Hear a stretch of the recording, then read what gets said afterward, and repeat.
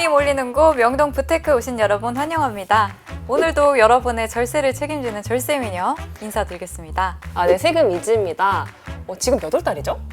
11월이죠, 벌써. 그쵸. 네. 우리 이제 바빠질 예정입니다. 네. 저 여러분 찬바람이 불면 연말정산을 또 고려를 해봐야 되잖아요. 이게 딱 연말정산할 때 1월달, 2월달에 뭘 하려고 하면 이미 늦어요. 그래서 지금 그 연말까지 얼마 안 남았기 때문에 급하게 준비할 수 있는 연말정산 벼락치기.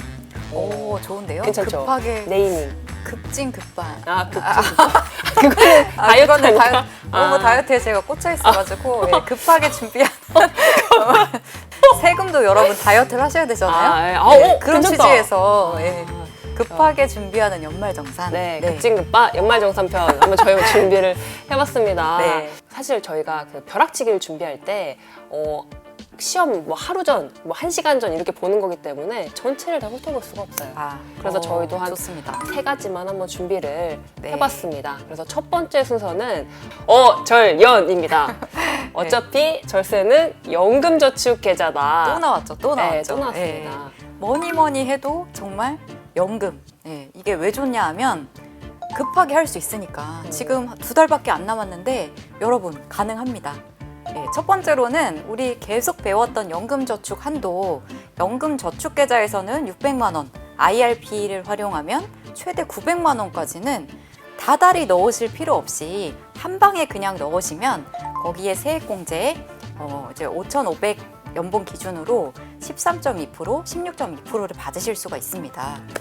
요게 연말 전까지만 일시불로 그냥 납입을 하셔도 공제가 가능한데요. 좀 주의하실 거는 이게 연말이라고 해서 12월 31일 딱 뭐 6시 이때까지 넣으시면 이게 그 금융사별로 또 시스템이 마감되는 시간이 있기 때문에 그거 날짜 확인하셔가지고 한꺼번에 넣으실 수 있다. 요거 한 가지랑요.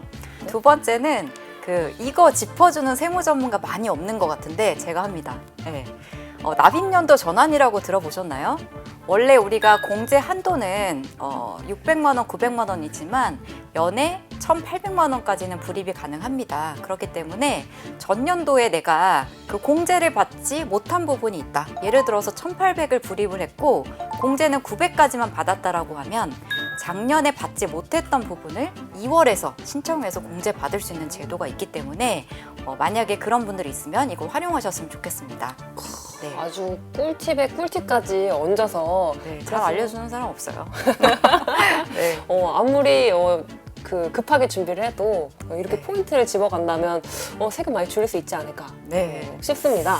네. 두 번째 포인트는 주택마련 저축에 대한 소득공제 혜택입니다. 다 알고 계시겠지만 청약저축이 한 개씩은 다 있는 경우들이 많다고 생각했거든요. 근데 요즘에 은근 해지도 많이 하시고 가입도 안 하신 분들도 생각보다 많더라고요. 근데 이 청약 같은 경우에는 우리가 나중에 뭐 로또 청약에 당첨될 수 있는 어떤 그 수단이 될 수도 있지만 너무 로또에 좀 집착하는 거 같죠? 근데 이게 연말정산에도 혜택이 됩니다. 그래서 이제 연간 기준으로 300만 원까지는 납입을 할 수가 있고 이 중에 40%가 인정이 되니까 120만 원까지는 소득공제가 가능하거든요. 그래서 이제 만약에 연봉이 7천만 원인 사람이다. 근데 이제 과세 표준이 이렇게 되면 한 15% 최고 세율 구간에 들어가거든요. 그럼 이제 약 한 20만 원 정도는 세금을 실제로 줄일 수 있는 혜택이 있다. 이렇게 생각을 하시면 됩니다. 벼락치기를 준비하는 거기 때문에 이것도 역시 이제 매월 자동이체로 넣는 사람도 있지만 그냥 12월 달에 일시로 팍 입금하셔도 돼요. 딱이네요. 네, 그렇기 때문에 우리 이제 계좌 조회한번 했을 때 올해는 입금을 안 했는데 하시는 분들은 300만 원 바로 넣어주시면 되겠습니다. 지금 되게 쇼호스트 같은 느낌. 무조건 하셔야 됩니다. 연말 얼마 남지 않았습니다. 얼마 안 남았어요. 이게 총급여액이 7천만 원, 근로소득자 중에서도 총급여액이 7천만 원 이하인 사람만 공제를 받을 수가 있으니까 만약에 올해 연봉이 좀 많이 올라서 7천 넘을 것 같다 하시는 분들은 입금하시기 전에 다시 한번 생각을 입금했는데 공제 못 받을 수도 연봉이 있으니까. 너무 높아져 버렸다. 이런 경우에 좀 생각을 하셔야 됩니다. 그리고 세 번째로 준비한 게 사실은 직장인들이 가장 공제를 많이 받고 있다고 생각하시는 게 신용카드 공제가 아닐까 싶다는 생각이 듭니다. 그래서 신용카드 공제 같은 경우를 좀 말씀을 드려볼게요. 근로소득 총 급여의 기준으로 7천만 원까지는 300만 원까지 소득공제가 되고 7천만 원을 연봉 초과하는 사람들은 250만 원까지 한도가 제공이 됩니다. 근데 이 신용카드 소득공제가 좀 그 팁이라고 말씀드릴 수 있는 게 연봉의 총 금액 중에서 25%를 초과하는 지출이 있을 때부터 공제가 시작이 되잖아요. 그럼 조금 쓰면 못 받는 거네요. 그렇죠. 네. 그러니까 내가 뭐 연봉의 뭐 10분의 1만큼밖에 지출을 했다. 너무 꽤 아꼈다, 절약했다. 이런 때에는 이제 신용카드 공제 대상이 안 될 수가 있거든요. 그래서 뭐 그런 점을 조금 주의하셔야 될 필요가 있고 연봉의 25% 금액까지는 최대한 신용카드로 좀 긁어보고 그것을 초과하는 부분에 대해서는 이제 공제가 조금 시작되니까 공제율이 좀 높은 게 체크카드나 아니면 현금영수증이 30% 정도로 공제율이 더 높거든요. 그래서 그 부분부터는 조금 신경 써가지고 현금영수증이나 체크카드를 이용하시는 게 좋다. 이런 좀 팁을 드릴 수 있을 것 같습니다. 그 절세미녀님은 신용카드 어떤 혜택이 있는 거 쓰시나요? 저는 얼마 전에 그 호텔 마일리지를 쌓아주는 카드를 하나 만들었는데요. 돈을 쓰면 호캉스를 보내주더라고요. 항공사 마일리지가 아니고 호텔도 마일리지가 있어요? 그래서 이게 사실은 내가 돈을 쓰면 또 호텔 가서 돈 안 쓸 수는 없잖아요. 그래서 이게 혜택인지 돈을 더 쓰게 되는 건지 뭐 연말정산은 받을 수 있겠네요. 연말정산도 받고 연봉 25%는 매년 쓰기 때문에 추억도 쌓고 그쵸, 추억을 쌓을 수 있으니까 예. 좋다고 생각을 해야겠네요.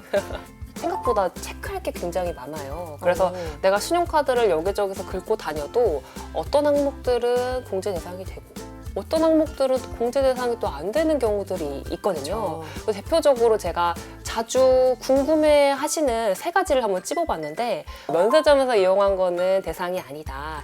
그리고 우리 건물 같은 거, 주택 같은 거 살 때 취득세를 큰 돈으로 내야 될 때도 신용카드 혜택이 좋아서 신용카드로 내는 경우들이 있는데 이런 세금을 납부할 때 신용카드를 통해서 이제 그 결제한 금액도 공제 대상이 안 돼요. 그리고 또 최근에 이제 친구가 물어본 게 있었는데 그 가족 카드 같은 경우에는 어떻게 되냐 이렇게 물어보는 경우가 있었거든요. 혹시 어떻게 될까요?